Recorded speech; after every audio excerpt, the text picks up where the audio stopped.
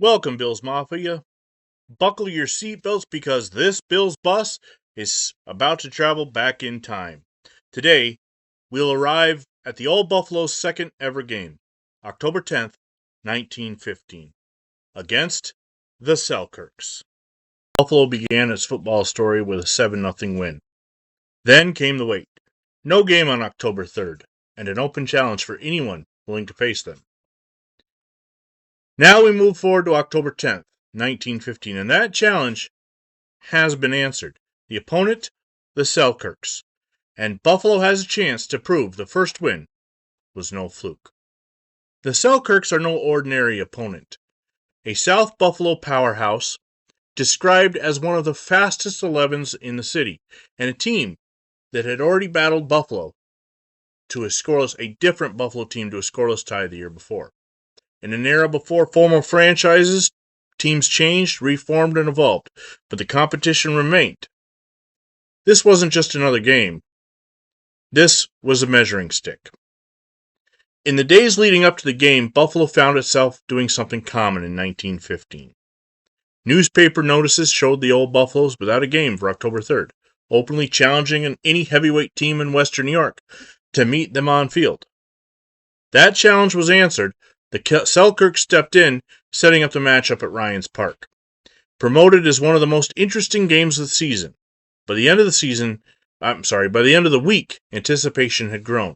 A full afternoon of football was scheduled, a preliminary game followed by the main event at 3:15. Transportation arranged, special cars running to the field, expecting a strong crowd. The Selkirks, fast and confident.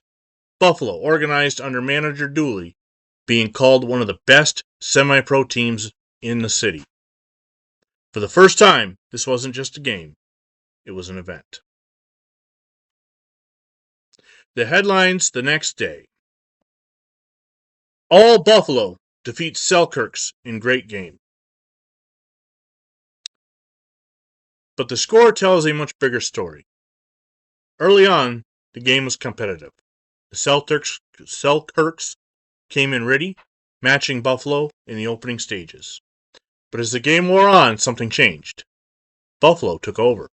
In the second half, the Old Buffaloes erupted, rolling up 25 points.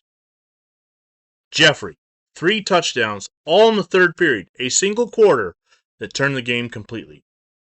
What had been a contest became a statement.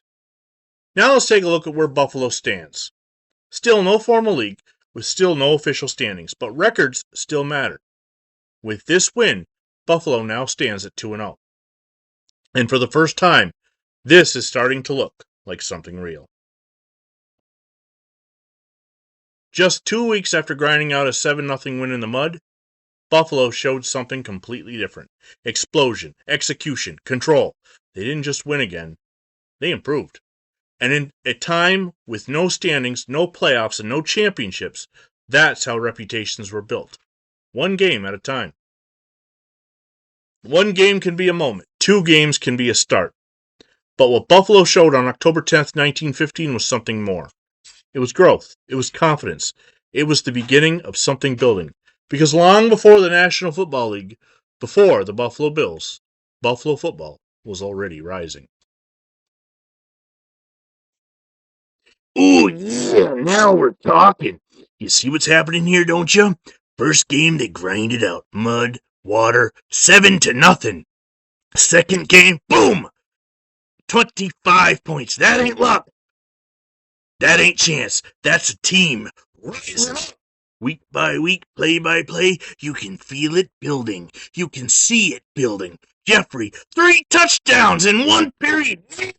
That's what I'm talking about.